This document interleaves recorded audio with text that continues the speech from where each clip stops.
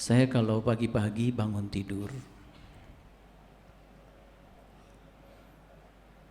tidak pernah lupa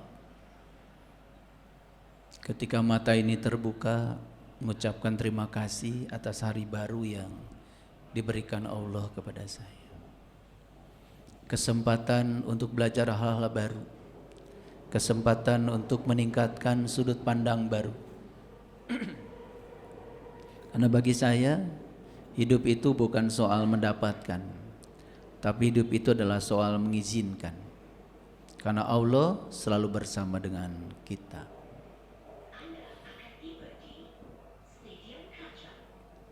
Saya tidak mau menjumpai yang lain sebelum saya benar-benar merasakan sebuah perjumpaan dengan diri sejati saya.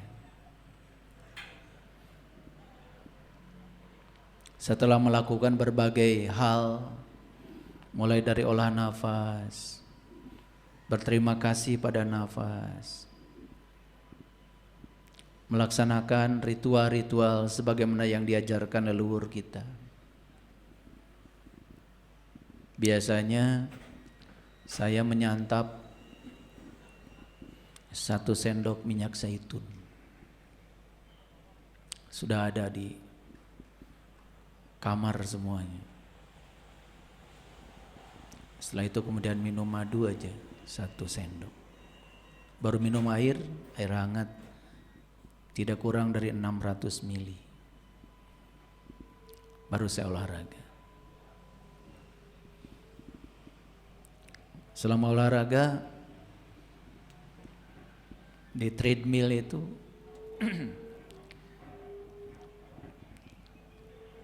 saya hanya memejamkan mata dan kemudian memasuki keheningan. Gak terasa itu 45 menit sudah 7 kilo. Landasan tempat saya lari itu udah basah. Melepaskan diri dari segala konsep, segala kategori, kebisingan-kebisingan pikiran. Dan kita betul-betul merasakan kehadirannya. Gak ada rasa capek. Tapi begitu kita sampai di kesadaran napas lagi, baru terasa kalau tubuh ini lebih seger karena udah olahraga. Biasanya sebelum saya sarapan, saya duduk dulu. Ada kursi di depan taman. Saya lepaskan segala konsep yang ada di otak saya tentang taman, tentang bunga anggrek, tentang bunga palem, tentang rumput Jepang.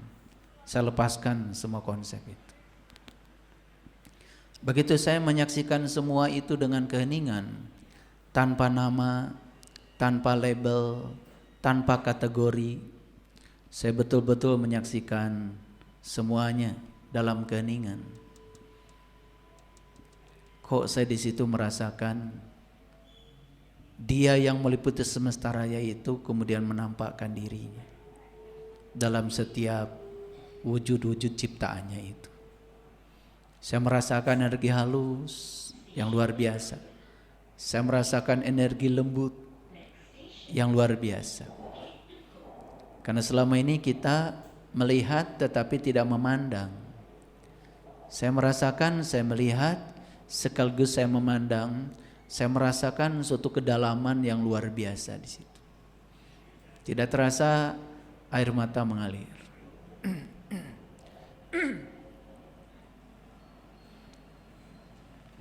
Ternyata untuk menyaksikan keajaiban Tuhan itu tidak perlu harus menunggu sebuah peristiwa besar terjadi. Karena bagi saya di setiap hela napas saya di situ ada keajaiban. Kuncinya cuma satu, selalu merasakan kehadirannya setiap ruang dan waktu. Saya sekarang sedang bicara seperti ini, saya sedang merasakan sebuah keajaiban. Karena saya bisa bicara seperti ini adalah sebuah kemewahan. Saya bisa mendengar suara saya sendiri dengan telinga saya. Sekarang pun merupakan keajaiban. Karena saya sedang mendengar langsung suara saya sendiri. Saya izinkan suara mobil yang di luar, suara sepeda motor tanpa ada penolakan. Dan saya izinkan semua hadir di telinga saya sebagai sebuah kemewahan. Dan di sekitar kita ini begitu banyak kemewahan yang sama sekali oleh kita tidak disadari. Karena kita hidup bukan di dunia realitas, bukan di dunia nyata. Kita lebih banyak hidup di dunia konstruksi pikiran kita sendiri, di label mental yang dibangun oleh diri kita sendiri. Ketika saya minum air hangat, saya menyaksikan bagaimana uap yang keluar dari gelas itu menari indah, masuk ke hidung saya hangat, dan semua kemewahan itu saya rasakan. Ketika memegang air hangat itu, saya rasakan kemewahan di mana tangan saya bisa merasakan rasa. Saya tidak beri judul hangat, tidak. Karena begitu saya beri nama, saya beri judul, keajaibannya menjadi hilang. Saya juga tidak menyebut ini pohon anggrek, ini pohon palem, ini rumput Jepang, ini batu, ini bangku. Saya lepaskan semuanya. Ternyata di situ kita bisa merasakan ada satu keajaiban, ada satu energi halus yang ditampakkan semesta. Tak terasa beliau sedang mengatakan kepada kita, aku ada di sini loh. Aku meliputi semesta raya. Aku meliputi diri kamu sendiri. Lalu perasaan itu membawa kita lebih dalam. Lalu siapa sebetulnya saya? Sampai akhirnya kita mendapatkan satu jawaban yang disaksikan aku, yang menyaksikan juga aku. Kalimat la ilaha illallah semua mewujud menjadi satu pengalaman nyata. Kalimat la ilaha illallah mewujud menjadi satu rasa. Kalimat la ilaha illa anta tidak ada lagi. Kalimat la ilaha illa anna mewujud menjadi satu kesatuan rasa. Yang ada cuma hangat-hangat air mata aja. Bayangkan banyak sekali orang yang mengucapkan kalimat itu ribuan kali. Membaca la ilaha illallah ribuan kali. Tetapi dia tidak mendapati pengalaman nyata dari apa yang diucapkan itu. Apalagi dia berburu pahala, apalagi dia ingin mendapatkan ini itu. Tidak ada pengalaman langsung di situ. Tidak ada.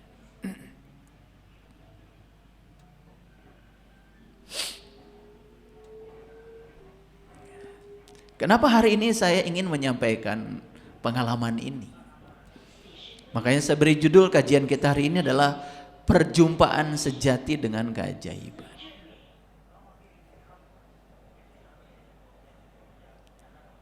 Cobalah ketika kita pipis di kamar mandi, hadir sepenuhnya di situ. Bawalah pikiran ke saat ini, di sini sekarang. Jangan izinkan pikiran kita memikirkan kantor, memikirkan sarapan pagi, memikirkan proyek, program. Hadir saja tuh di situ sepenuhnya. Rasakan kemewahan ketika air kencing itu keluar.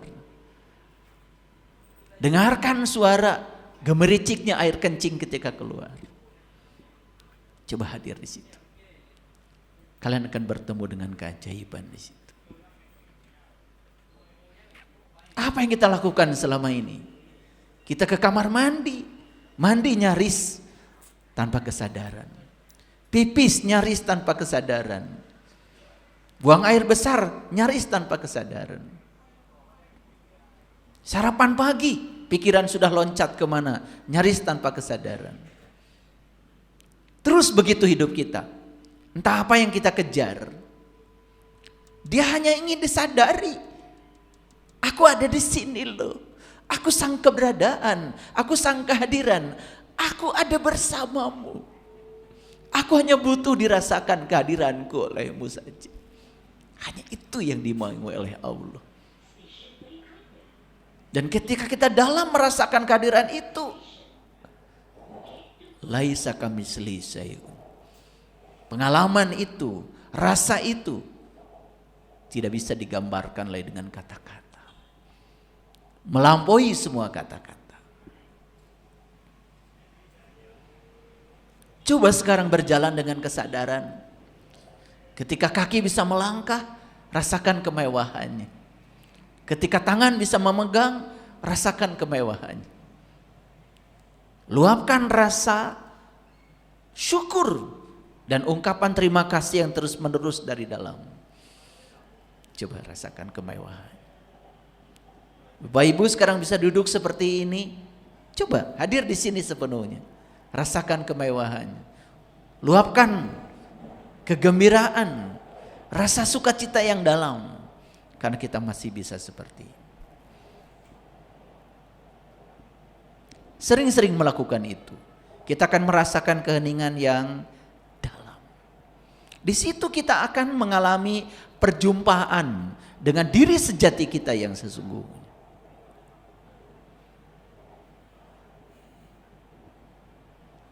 Perhatikan saya. Bapak Ibu sekarang sedang melihat saya. Saya menggunakan kacamata ini.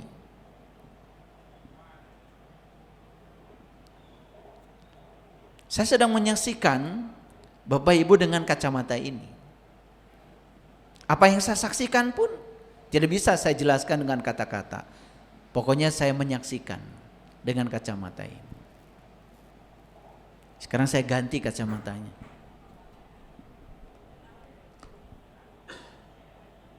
Maaf ya, bukan saya mau bergaya, bukan.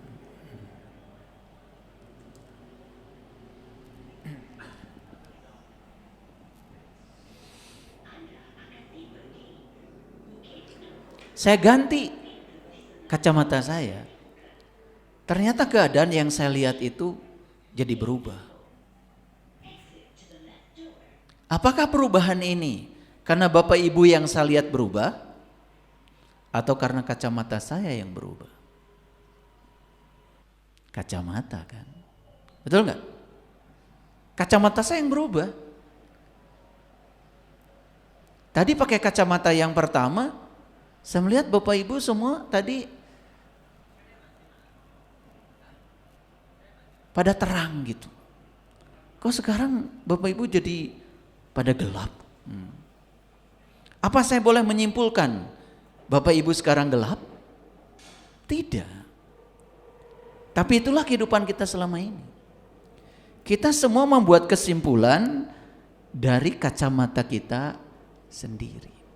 Ada yang berubah di luar diri kita, tetapi kita tidak pernah menyadari sebetulnya yang berubah itu kacamata kita. Tapi kita kemudian memaki-maki, kemudian kita marah, kemudian kita tidak menerima kenyataan itu. Karena seolah-olah di luar diri kita ada yang berubah. Padahal yang di luar tidak berubah. Yang berubah itu adalah kerangka berpikir kita. Yang berubah itu adalah kacamata kita. Yang berubah itu cara kita memandang. Sama seperti kita melihat masa lalu. Semua hal yang sudah berlalu, semenyenangkan apapun, semenyakitkan apapun, sudah tidak bisa diubah. Tapi kacamata kita untuk melihat masa lalu itu bisa diubah oleh kita. Karena kita punya kendali untuk bisa mengganti kacamata. Untuk bisa mengganti kerangka berpikir kita. Tapi berapa banyak orang yang sadar dengan ini? Kita yang berubah, lalu menuduh orang lain yang berubah. Orang lain belajar ilmu dalam banget, sehingga berbeda dengan kita. Kita yang tidak belajar tiba-tiba menghukumi orang lain. Wah, itu salah, itu sesat, itu tidak benar dari kacamata dia. Padahal kacamatanya itu kacamata lama, gak pernah periksa mata lagi. Sudah -4, masih menggunakan -1. Semua yang dia lihat menjadi salah. Padahal yang salah itu adalah di sini, di otaknya, kerangka berpikirnya yang salah. Tapi berapa banyak yang menyadari itu? Karena kita terbiasa menghakimi orang, terbiasa memberi nama, terbiasa memberi label, terbiasa membuat kategori, terbiasa membuat definisi, padahal nama, label, kategori, definisi, semua adalah batasan-batasan yang diciptakan oleh diri kita sendiri. Saya lepaskan pemikiran saya tentang bunga anggrek, karena kata anggrek itu sudah membatasi. Apalagi kalau didefinisikan, bunga anggrek adalah kata-kata yang dipakai untuk mendefinisikan itu bukan konstruksi yang sebenarnya. Itu adalah konstruksi pikiran yang dibangun oleh manusia, yang jauh melampaui pengalaman langsung yang sebenarnya. Padahal bunga anggrek yang saya saksikan jauh melampaui itu. Keindahannya jauh melampaui kata-kata.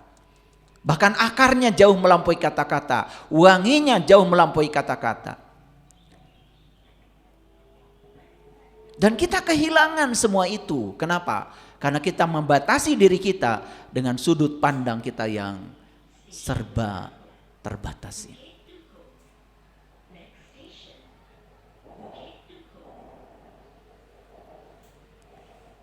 Pikiran itu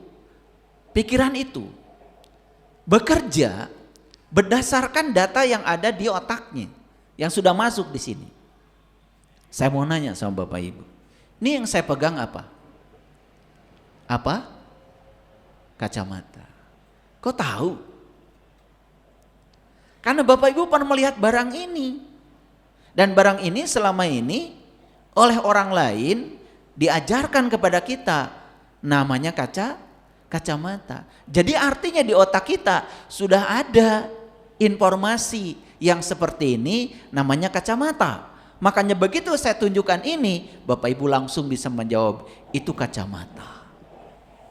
Bahkan bisa lebih spesifik lagi, oh ini kacamata Ray-Ban. Gitu? Walaupun belum lihat mereknya apa. Tapi karena orang lain juga menyebutnya begitu, kan kita sedang membandingkan, bukan? Betul nggak? Itu. Ada yang tidak disukai, banjir, gunung meletus, uang hilang, penipuan, investasi bodong, apa aja namanya, terserah. Begitu kejadian menimpa kita, langsung dikasih judul, namanya musibah. Keajaiban dari peristiwa itu langsung hilang dengan kata musibah itu. Dan otak kita tahu yang namanya musibah itu jelek. Apakah jelek itu di kejadiannya atau di otak kita? Di otak kita. Ini pelan-pelan ya, supaya ngertinya bagus. Bisa kebeli mobil baru, bisa kebeli rumah baru, ya. Dapat pekerjaan baru, dapat bisnis baru. Semua hal yang datang kepada kita itu ada hal-hal yang kita inginkan. Kita diajarin oleh orang-orang yang lebih dulu datang ke dunia ini, yang kayak gitu tuh namanya berkah loh. Dikasih judul kan oleh kita, namanya apa? Berkah. Semua keajaiban di balik yang datang itu hilang karena sudah diberi nama berkah. Dan begitu ada kata berkah, timbul penghakiman, timbul penilaian. Kata otak kita yang semacam itu namanya baik. Betul? Betul apa tidak? Nah, jadi itu musibah, itu berkah. Apakah dari kejadiannya atau dari penilaian pikiran kita? Dari pengetahuan lama yang sudah diinputkan ke dalam pikiran kita. Dari mana? Dari pikiran kita. Bisa berubah enggak berkah menjadi musibah? Bisa berubah enggak musibah menjadi berkah? Bisa. Dengan mengubah kacamata. Dengan mengubah sudut pandang. Ajaib ya. Tapi sadar enggak kita semuanya? Nyaris tanpa kesadaran. Oke. Kira-kira judul ini bisa dimengerti? Nah, supaya judul ini gampang dimengertinya, saya akan menggunakan pembukaan dari kajian kita hari ini dengan menyampaikan satu ayat. Ini Quran surat Luqman, surat 31 ayat yang ke-25. A'udzubillahi minasyaitonirrajim. Bismillahirrahmanirrahim. Wala in sa'altahum. Dan sesungguhnya jika kamu tanyakan kepada mereka, ya, man khalaqas samawati wal ardh. Itu pertanyaannya. Siapa yang menciptakan langit dan bumi? Itu pertanyaannya. Siapa? Tuh langsung kan menjawab Allah. Karena kan diberitahu selama ini yang menciptakan langit dan bumi Allah. Alif lam lam ha. A L L A H. Allah bukan itu. Padahal kalian tuh sedang menyebut sesuatu yang sebetulnya tidak bisa dibatasi oleh sebutan itu. Wah, saya tulis aja A L L H seperti ini. Apakah itu yang menciptakan? Bukan kan? Yang kalian baca di sini itu kan tulisannya. Apakah yang menciptakan ini cukup diberi nama satu kata Allah? Saya belajar tentang tauhid. Bahkan pencipta alam semesta ini awalnya juga nggak punya nama. Tapi begitu diberi nama, maka nama itu akan membatasi pikiran kita sesuai dengan konsep yang dibangun oleh kita tentang nama itu.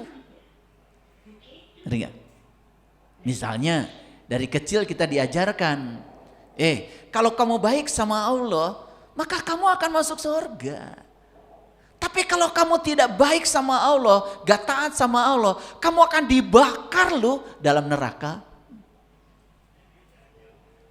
Itu pelajaran yang masuk ke dalam diri kita. Itu menjadi kerangka berpikir tentang sebuah nama yang namanya Allah. Oh, Allah itu baik kalau kita baik padanya. Dia akan menyiksa kita, mengazab kita, bahkan dibakar dalam api yang menyala-nyala kalau kita tidak baik kepadanya. Masuk tuh itu konsep. Diimani nggak itu? Diimani itu konsep. Apakah yang diimani itu adalah realitas tentang Tuhan atau konstruksi pikiran tentang Tuhan? Konstruksi. Jadi kalau kita mau konstruk Tuhan berdasarkan definisi kata yang terbatas, ada kategori di situ. Apa yang terjadi? Jangan-jangan yang kita imani ini bukan Allah yang sebenarnya. Bukan kebenaran yang hakiki. Yang kita imani ini sebetulnya adalah hanya konstruksi dari pikiran kita sendiri. Bahkan banyak yang merasa puas dengan itu. Lalu menyebut-nyebut namanya walaupun tidak merasakan kehadirannya. Lucu apa tidak? Lucu. Siapa yang lucu? Kita. Kamu kali. Lucu gak? Lucu. Tapi kalau saya bilang, yang kamu sembah itu berhala loh, gitu. Marah. Padahal itu berhala. Karena bukan Allah yang sebenarnya, tetapi Allah yang dikonstruk oleh pikiran kita. Bukan Allah yang laisa kamitslihi syai'un, bukan yang itu, belum mengalami. Belum merasakan. Makanya ada kata-kata bijak yang sering saya ungkapkan di kajian saya, malam yazuk lam ya'rib. Yang tidak mengalami tidak akan memahami. Dan orang yang sudah mengalami Juga tidak ingin disebut dia paham dengan cara menjelaskan yang dia alami dengan kata-kata. Karena dia sadar kata-kata itu akan menjebak dia dalam keterbatasan yang dia alami. Betul gak? Pelan-pelan ini ngajinya ya. Pelan-pelan. Supaya ngerti semuanya. Saya berharap semuanya jadi pada sadar. Ya. Bahkan dikonstruksi di pikiran yang namanya Allah, Tuhan, itu tinggalnya di langit ketujuh, jauh banget. Dan kita ada di sini, diajarkan ritual-ritual doa untuk merayu-rayu dia agar dia mengikuti segala mau kita. Kalau mengikuti mau kita disebut dia baik, kalau dia tidak mengikuti kita, wah dia ternyata tidak sayang sama saya. Dikonstruksi oleh pikiran kita. Sampai kita lupa bahwa sebetulnya yang kita imani itu adalah konstruksi pikiran, bukan yang sebenarnya. Sadar sekarang? Sadar? Apakah ketika sadar tentang ini bagus? Bagus, kan ini permulaan untuk menuju kebenaran. Ini adalah awal menuju kebebasan yang sebenarnya. Maka saya bicara yang pokok-pokok. Saya bicara yang penting-penting. Kenapa? Saya menghindari mengeluarkan kata-kata yang sia-sia, yang tidak memiliki kemampuan untuk menyampaikan pesan yang ingin saya sampaikan kepada umat. Tentu saja umat yang saya maksud siapa saja yang mau terbuka pikirannya. Yang masih menutup diri di kamar, tidak mau gaul, ya terserah. Itu urusan dia dengan dirinya sendiri. Makanya saya sering mengatakan, kajian saya ini hanya untuk orang-orang yang siap. Yang belum siap, ya sudah. Ya. Hanya untuk yang sudah siap. Siap untuk take off. Siap untuk bangkit. Siap untuk sadar. Siap untuk menuju keadaan baru. Karena hidup, tujuan hidup bukanlah suatu tempat. Tapi tujuan hidup adalah cara berpikir baru.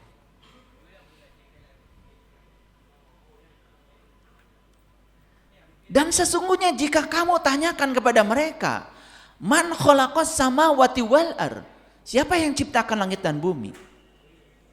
Layaku luna Allah. Tentu mereka akan menjawab Allah. Belum ayatnya dibaca aja kalian udah menjawab. Betul nggak? Apakah jawaban yang tadi itu masuk gitu menjadi kesadaran? Belum tentu. Anak-anak SD, anak-anak TK disuruh mengulang-ulang kalimat ini sama gurunya. Gurunya bilang, anak-anak yang menciptakan langit dan bumi Allah loh. Dikasih tes nanti. Siapa yang menciptakan langit dan bumi? Ya karena udah diajarkan. Walaupun sekedar nama. Betul nggak?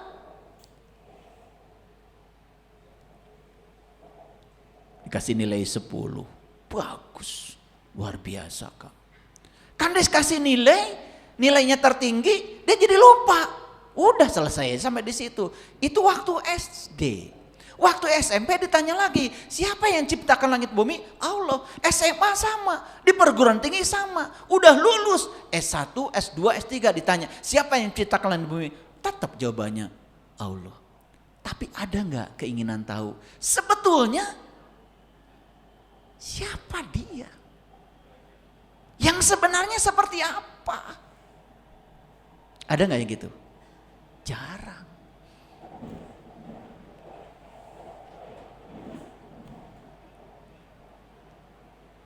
Lalu ayat ini luar biasa. Qulil hamdulillah. Katakanlah segala puji bagi Allah. Bal aksarohum la ya'lamun. Tetapi kebanyakan mereka tidak tahu. Ini ayatnya keren ya. Sekarang saya ulang sekali lagi. Siapa yang menciptakan langit dan bumi? Allah. Tahu Allah?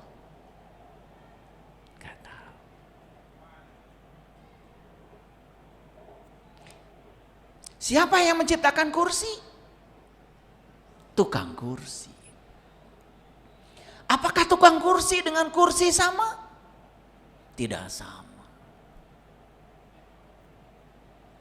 Allah menciptakan alam semesta. Apakah yang menciptakan dengan ciptaan sama?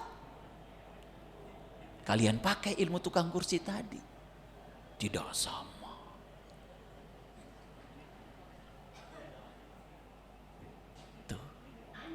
Karena memang begitu pelajarannya. Padahal Allah bilang, yang goib aku, yang nyata juga aku. Itu informasi dari Allah. Yang tidak kelihatan aku, yang kelihatan aku. Kan di alam semesta ini ada dua. Ada yang tidak kelihatan, ada yang kelihatan. Kata Allah, itu aku. Berarti jangan-jangan yang disebut oleh kita kelihatan hanya manifestasi dari yang tidak kelihatan. Kan beda dengan konsep tadi. Tukang kursi menciptakan kursi. Tukang kursi dengan kursinya beda. Tapi Allah setelah menciptakan, Allah mengatakan aku bersama kamu, lebih dekat kepadamu daripada urat nadi lehermu. Allah sudah menciptakan tubuh kita. Disemaikan rasa cinta kasih kepada ayah, kepada ibu. Terjadilah pertemuan antara dua sel. Satu sel dari ayah, satu sel dari ibu. Di tempat yang sangat aman yang bernama rahim. Dan kemudian Allah bilang, aku tiupkan kepadanya ruhku. Yang ditiupkan kepadanya bukan ruhmu kok. Ruhku. Bagian dari dirinya. Setelah itu beliau mengatakan, wa huwa ma'akum, aku bersamamu dimanapun kamu berada. Wa nahnu aqrab ilaihi min hablil warid, aku lebih dekat kepadamu melampaui dekatnya urat nadi leher. Tapi sampai sekarang kita seolah-olah diri kita ini adalah diri yang terpisah dari dirinya. Kenapa? Ada konsep di sini tentang Tuhan yang sudah masuk di otak kita, yang diulang-ulang. Hukumnya sederhana. Semua kebohongan yang diulang-ulang lama-kelamaan juga dianggap sebagai kebenaran. Jangan-jangan yang kita yakini selama ini hanya kebohongan yang dikonstruk oleh pikiran kita sendiri, bukan yang sebenarnya. Pelan-pelan ya ngajinya. Sampai sini udah mulai ngerti? Udah mulai sadar? Sadar? Sadar sedikit-sedikit sadarnya, gak apa-apa. Makanya Allah bilang, bal aksarohum. Luar biasa. Ini kata-kata yang dipakai adalah aksarohum. Kasiro. Kasiro itu kebalikan daripada kolil. Kalau kasiro itu sebagian besar. Kalau kolil sebagian kecil. Ternyata kata ayat ini, yang tidak tahu itu sebagian besar. Makanya ahli-ahli fisika kemudian tertarik untuk mempelajari bagaimana sih asal usul alam semesta ini? Bagaimana sih asal usul penciptaan manusia? Kenapa di dunia ini ada pohon-pohon, ada binatang-binatang? Mereka melakukan penelitian mulai dari binatang bersel tunggal sampai kepada binatang dan makhluk yang bersel kompleks. Seperti manusia. Lahirlah yang disebut dengan Charles Darwin. Yang terkenal dengan teori evolusinya. Kan dia ingin menjelaskan. Lahirlah ahli-ahli fisika yang menceritakan tentang asal muasal alam semesta. Lahirlah berbagai teori. Ada teori Big Bang, ada teori ini, teori itu. Itu namanya teori. Teori itu dibuat untuk menjelaskan sesuatu supaya terjelaskan. Tapi apakah teori itu sudah bisa menjelaskan yang sebenarnya? Belum tentu. Kenapa sekarang diajarkan teori itu? Itu yang dianggap sebagai yang masuk akal untuk kondisi saat ini. Ingat ya, makanya ilmu pengetahuan berkembang terus. Makanya tidak boleh mengklaim saya paling hebat, saya paling benar, saya paling tahu. Wah, orang yang kayak gitu sudah jatuh jadi orang bodoh. Makanya belajar itu sepanjang hayat. Ulangi lagi. Saya tanya sekali lagi. Siapa yang menciptakan langit dan bumi? Allah. Cukup? Kalau orang yang pengetahuannya dalam, kemudian dia berpikir, bagaimana asal muasalnya? Sampai ada orang yang mencipta, oh ternyata yang diciptakan oleh Allah di rahim ibu. Pertama itu otak. Setelah otak kemudian tulang belakang. Setelah tulang belakang jantung. Sampai dipencerongin. Dipencerongin. Apa itu? Ya pokoknya begitulah. Memang kata-kata itu tidak bisa. Tapi maksudnya ngerti kan? Dipencerongin. Dari mulai pertemuan manung dengan mani dipencerongin. Ih, otak dulu. Sampai dibuat ya catatan-catatan, hari pertama begini, hari kedua begini, hari ketiga begitu, hari ke-40 begini, bulan pertama begini, bulan kedua begini, bulan ketiga, sampai orang bisa membuat, oh kalau lahirnya 7 bulan itu kolot, kalau 8 bulan ngora deui, 8 bulan kolot deui, bingung kan? Tuh, biar bingung sekalian. Itu kan karena dipencerongin, betul nggak?